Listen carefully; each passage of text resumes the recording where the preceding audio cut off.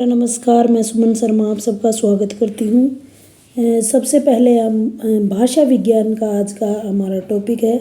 भाषा किसे कहते हैं, भाषा की प्रमुख परिभाषाएं, भाषा का क्षेत्र, ये प्रश्न है भाषा विज्ञान के लिए। देखिए, शुरू करते हैं हम प्रस्तावना से। प्रस्तावना को हम भूमिका भी कहते हैं। मनुष्य एक सामाजिक प्राणी है और समाज में रहने के लिए उन्हें आपसी विचार विमर्श उन्हें करने की ज़रूरत पड़ती है, आदान प्रदान करने की ज़रूरत पड़ती है। शब्दों और वाक्यों के माध्यम से सिर हिला करके उच्च और शिक्षित वर्ग निमंत्रण पत्र छपवा करके इस प्रकार से भाषा का आदान प्रदान करता है। और भाषा के 3 रूप इसमें होते हैं। इसको कितना भी बड़ा आप कर सकते हैं कि गंध इंद्रिया, स्वाद इंद्रिया, स्पर्श इंद्रिया और दृग करण, इन 5 इंद्रियों के माध्यम से अपनी बात कही जा सकती है। पहली और दूसरी का प्रयोग प्राय नहीं होता है। हाँ, किया भी जाता है तो जो स्पर्श इंद्रिया हैं उसका बहुत ही कम प्रयोग किया जाता है। अधिक प्रयोग आँखों का होता है, जैसे रेल का सिग्नल, गार्ड की हरी और लाल झंडी, सिर हिलाकर हाँ या ना का जवाब देना। परंतु इससे भी अधिक हम कर्ण इंद्रियों का प्रयोग करते हैं। सामान्य बातचीत में हम इसी प्रकार का प्रयोग करते हैं और वक्ता बोलता है और श्रोता सुनता है। भाषा भाष धातु से मिलकर बनी है, जिसका हम शाब्दिक अर्थ है व्यस्त, वाणी यानी बोलना और कहना, व्यक्त, व्यस्त की जगह आएगा व्यक्त। भाषा की परिभाषाओं की बात करें, किसी भी वस्तु या शब्द को पूर्णतः स्पष्ट और वैज्ञानिक परिभाषित करना बहुत ही दुष्कर कार्य है। फिर भी कुछ एक विद्वानों ने तो 3 तरह से हम परिभाषाओं को देंगे। सबसे पहले संस्कृत आर्यों के अनुसार, फिर भारतीय व्याकरणिक या भाषाविदों के अनुसार और फिर पाश्चात्य विद्वानों के अनुसार। कोई 2-2 परिभाषाएं आप याद कर सकते हैं। सबसे पहले पतंजलि जी ने की परिभाषा है, जो कि अष्टाध्यायी, पाणिनि की अष्टाध्यायी में महाभाष में भाषा की ये परिभाषा दी है। व्यक्ता वाची वर्णा येषा ते इम व्यक्तवाच, ये परिभाषा है।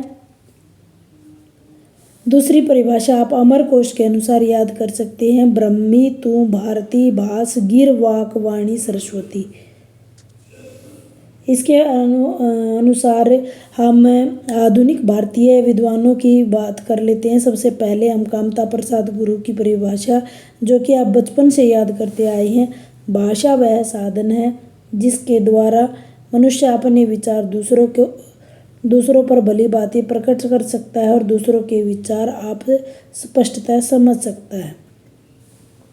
उसके दूसरी परिभाषा हम किशोरी दास वाजपेयी के अनुसार विभिन्न अर्थों में सांकेतिक शब्द समूह की भाषा, जिसके द्वारा हम अपने विचार और मनोभाव दूसरों के प्रति बहुत सरलता से प्रकट करते हैं। डॉक्टर राम बाबू सक्सेना के अनुसार जिन ध्वनि चिन्हों द्वारा मनुष्य परस्पर विचार विनिमय करता है उसे भाषा कहते हैं। ऐसे बहुत सारी परिभाषाएं हैं, आप अपनी इच्छा अनुसार इनको याद कर सकते हैं, जो भी आपको इजी लगती है। ये जो मटेरियल है ये लवली प्रोफेशनल यूनिवर्सिटी का है। बड़ा ही अच्छा और सरल भाषा में उन्होंने बात रखी है। पाश्चात्य विद्वानों की परिभाषाएं, जैसे आप सबसे पहले प्लेटो के विचारों में हम बात कर सकते हैं। विचार आत्मा की मुख्य बातचीत है, पर वही जब ध्वन्यात्मक होकर होठों पर प्रकट होती है उसे भाषा की संज्ञा दी जाती है।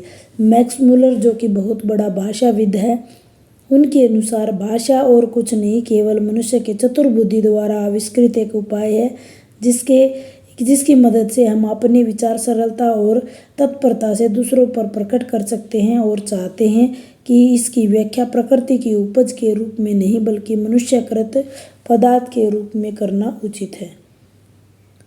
जो भी आपको आसान लगती हैं आप उसको याद कर सकते हैं। आइए हम बात करते हैं भाषा की विशेषताओं की। भाषा की प्रकृति या विशेषता एक ही बात है।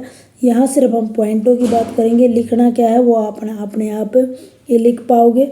ज़्यादा समय आपका नहीं लूँगी, क्योंकि भाषा एक सामाजिक संपत्ति है। सामाजिक व्यवहार भाषा का उद्देश्य है। अकेला रहकर कोई भी भाषा का आदान प्रदान नहीं होता है। इसका विकास अर्जन समाज में ही रहता है, इसीलिए इसको सामाजिक कहा जाता है। दूसरा, भाषा पैतृक संपत्ति नहीं है। भाषा जैसे पैतृक संपत्ति हम इसको नहीं कह सकते क्योंकि घर, धन और बाग इत्यादि द्वारा हम भाषा को प्राप्त नहीं कर सकते। भाषा जैसे एक ही परिवार में दो बच्चे पैदा हुए हैं, एक को किसी दूसरे वातावरण में छोड़ दिया जाए तो वो है उसी वातावरण से परिभाषा जो भाषा है वो सीखेगा। तो इसलिए हम कह सकते हैं कि भाषा पैतृक संपत्ति नहीं होती है, बोलने जिस भी वातावरण का इसके ऊपर प्रभाव रहता है। तीसरी मुख्य विशेषता है भाषा व्यक्तिगत संपत्ति नहीं होती है। भाषा सामाजिक संपत्ति होती है और भाषा का निर्माण समाज के द्वारा होता है। कोई भी साहित्यकार, भाषा प्रेमी भाषा में एक शब्द को जोड़कर या एक से अधिक शब्दों को घटा नहीं सकता है, यानी व्यक्तिगत नहीं होती है। यह भाषा में होने वाले जो परिवर्तन है वो व्यक्तिगत न होकर सामाजिक होते हैं।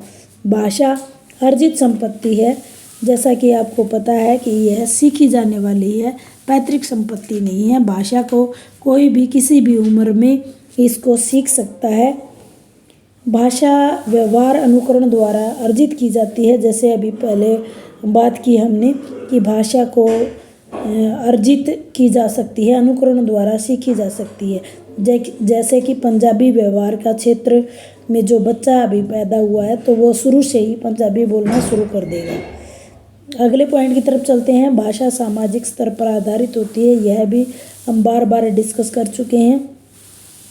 सामान्य रूप से हिंदी भाषी हिंदी का प्रयोग करते हैं, लेकिन विभिन्न क्षेत्रों में हिंदी से अलग भी भाषा बोली जाती है। विभिन्न भिन्नता उनकी शैक्षिक, आर्थिक, व्यावसायिक और सामाजिक स्तरों पर आधारित होती है। भाषा के प्रत्येक क्षेत्र की अपनी शब्दावली होती है, उसमें भिन्नता आप अपने समाज में देखते ही रहते होंगे। भाषा स्थिर व्याकरण सम्मत होती है और शहरों की भाषा का व्याकरण सम्मत होना स्वाभाविक सी बात है। अगले पॉइंट की तरफ चलते हैं। भाषा सर्वव्यापक होती है, यह